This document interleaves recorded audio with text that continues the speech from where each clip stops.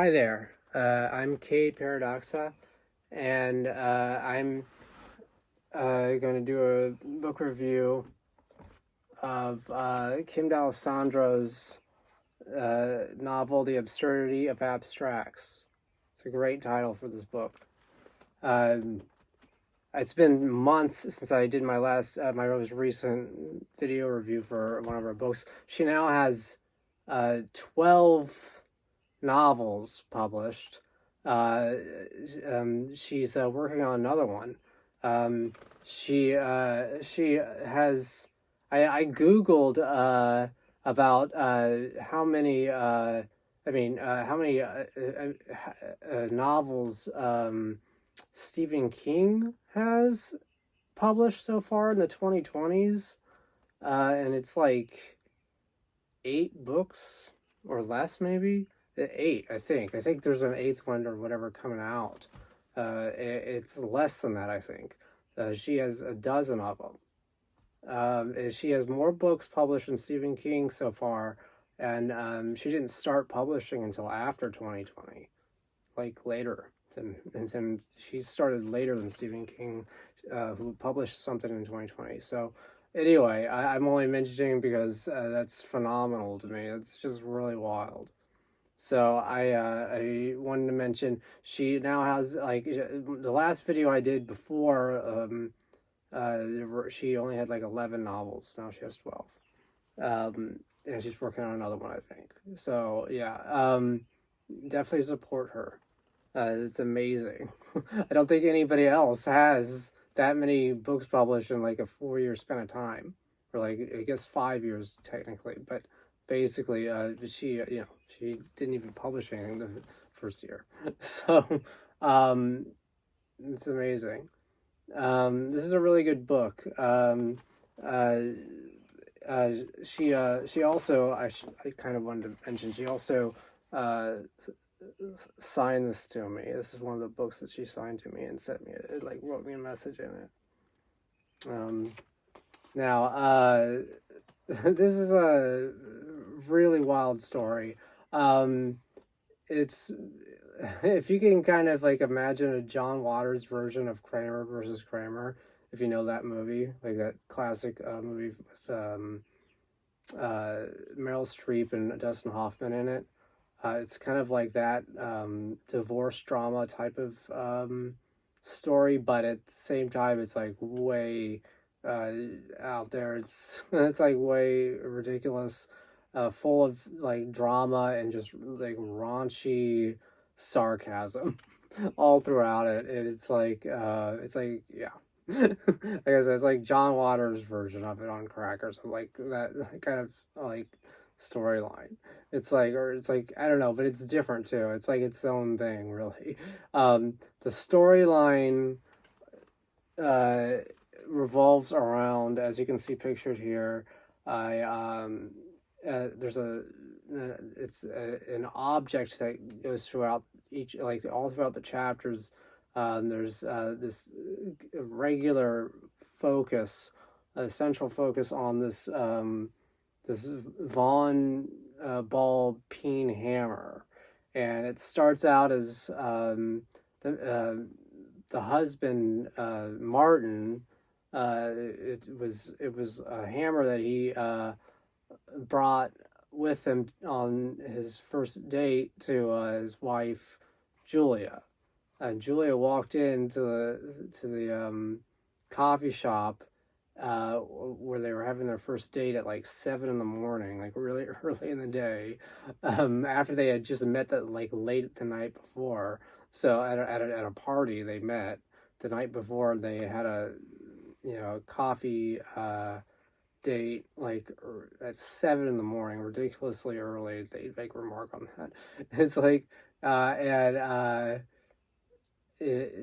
she walks into the coffee shop, barely talks to him when she walks up to him, and then takes his ball peen hammer from the table without even sitting down. She takes it probably like when he points at it. He was actually pointing at the coffee, not the hammer. He was pointing at the coffee that he ordered for her. She takes the hammer instead and walks off. well, basically the hammer is something that it's like a tool that he uses in his business. For he's an heir to he inherited a a gold mine company, more or less a mining company, from his grandfather. Like, and so like he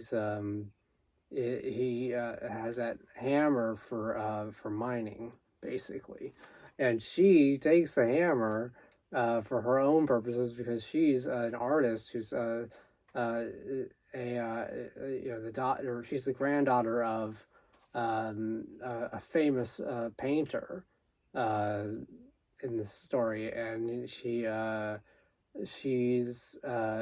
she's taking the hammer because she's going to stay with her grandfather, who she refers to as her papa, and she takes the hammer and stays.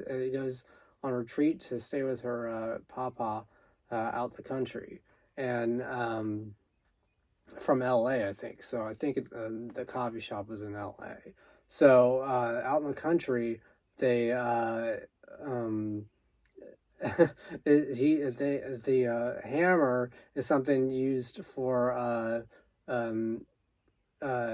finding rocks that her grandfather turns powders down with using the hammer to use the residue from the rocks to like the broken rocks creates residue, and it's used to make fresh paint, because he doesn't use any store-bought paint.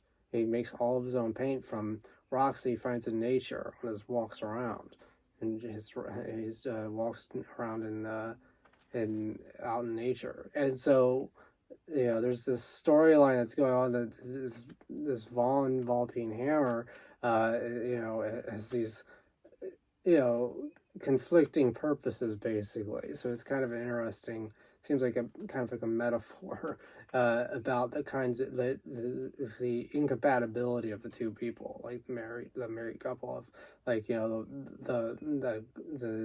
the mine shaft, like whatever, like the mining company, I should say, like ultra capitalist, the guy who uses the hammer for mining, and the artist, that uses it for making powder for paint, from rocks out in nature. So it's the storyline, the narrative of the story is one of the wildest parts, because it's really I mean, throughout all of the chapters, it's it's past tense and it's present tense, and it switches up constantly throughout each of the chapters, like, and even the way that it's narrated, it switches within each of the chapters. It switches constantly between Julia's narrative, her first-person perspective narrative, and Martin's first-person perspective narrative. It switches all throughout, like, and it's even got a third-person perspective, sort of like the omnipotent, like omnipresence, I suppose, like, type of thing. So it's like there's all sorts of like dynamic shifts in the narrative throughout each of the chapters. It's not like one chapter's one narrative and one chapter's another. Like, it's not one chapter after another, that sense. It's all throughout every chapter, practically.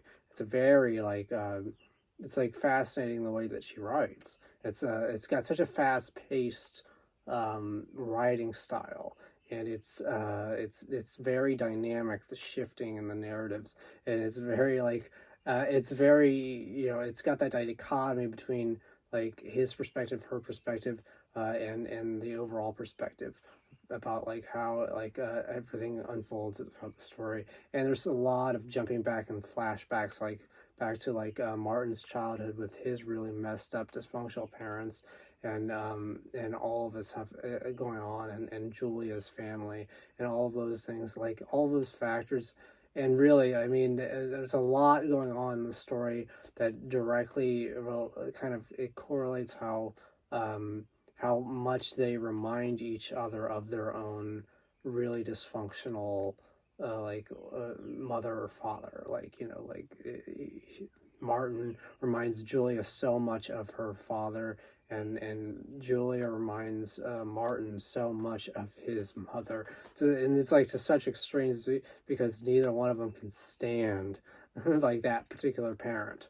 So it's like it's humorous and messed up and serious and intense and baffling and just ridiculous, all, you know, practically in such a jumbled way. Like it's frantic in a lot of ways throughout the chapters. um there's other characters like Martin's lawyer, and also Julia's lawyer, and the detective or police officer that Martin has involved, named Scotty, because somewhere along in the story, there's I should say, Julia's grandfather passes away, and it's a mysterious death, sort of like she finds him, and the death seems like natural causes, but there's also indications of possible foul play, because all the windows in his bedroom are left wide open in the middle of winter, and it's like she's uncertain whether that's, you know, something that he chose to do to release his spirit, you know, being this certain artist type of personality, like he was, giving having the windows open in his old age on to release his spirit. There's that possibility, but it's very strange. So then all the people that he was hanging around in those years of his life, it's very just mysterious. It's a strange plotline with all of that. So it's like, all of those fascinating things, and it's like, so Martin has an investigator involved in things, and Julia personally knows the coroner who is looking at the body of her grandfather. She's like the lady that is doing autopsy and whatnot, those types of things. Julia is close friends with her and is like on the phone with her throughout the chapters, and so it's like all these things. And there's also, like, oh my gosh, all of the scenes of this at the coffee shop where they first met. There's flashbacks of that scene, but later on in the present tense chapters, parts of those chapters, like the two of them are meeting at that same coffee shop where they first started dating. They're meeting there before their divorce to discuss it, because they're trying to make it all figured out about they're trying to figure out the whole deal with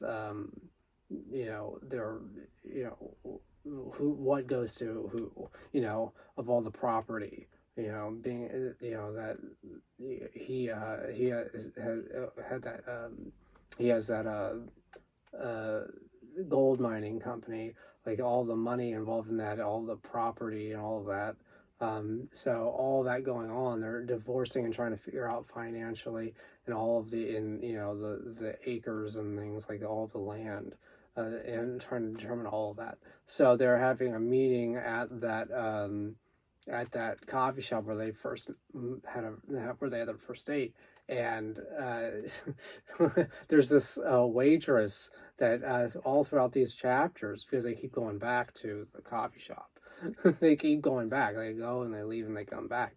And this waitress, throughout these chapters, there's this waitress, and she's not really a central character in the story at all, but she's involved in how they interact with each other, how Julia and Martin how they really interact with each other, even just like in a coffee shop, at an establishment, and like they just are terrible, rude people to each other, and it just like rubs off on people around them, basically, and like they're behaving terrible, and it's just crazy. So it's like this waitress keeps having these like shifts between not being able to stand these people to like because of how they're interacting with her and each other. It's just like really crazy stuff like involving the coffee and stuff like that. Like and just like it's almost like it borders on like slapstick humor. It's really messed up. It's like, and all of this going on. She's like going from like not being able to stand them to being really nice to them because they're tipping her really well, but then like just completely, crazy behavior towards each other throughout. So anyway, it's like it's hilarious. With it's like weirdly hilarious how all that is like in those during those chapters of the book, and all this crazy stuff. I mean, the book is really a drama type of like, and it's got mystery elements to it. But it's also really it's the writing style is raunchy, comedically, very like just kind of disturbing, really. It's like just like it's a really wild read. They're all throughout. So I definitely recommend this, and I love this book cover. It involves the hammer and like the way that's really cool. It's just it's one of my favorite book covers of Kim Dallesandro's, and it's just a really good book, and I definitely recommend checking this out and supporting like all of her books. All of these are her books. The trains, I have several copies of that. It's like it might be a collector's edition for all I know. I have multiple copies of that because some of these are very first print Aneros Books printing when she first published. And so those are for all I know, they might be collector's edition because the original ones are,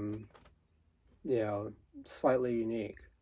So anyway, I mean, so I also wanted to before the video's over, I also have her. I ordered her I think 12th book. Yeah, her 12th book. So I'm going to go ahead and open the package for this. Let's see.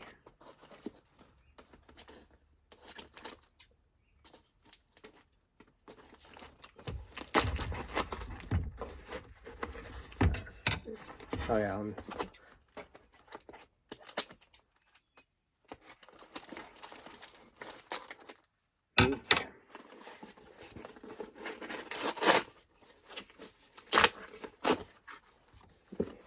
All right, yeah. Well, I ordered 2 books actually, so.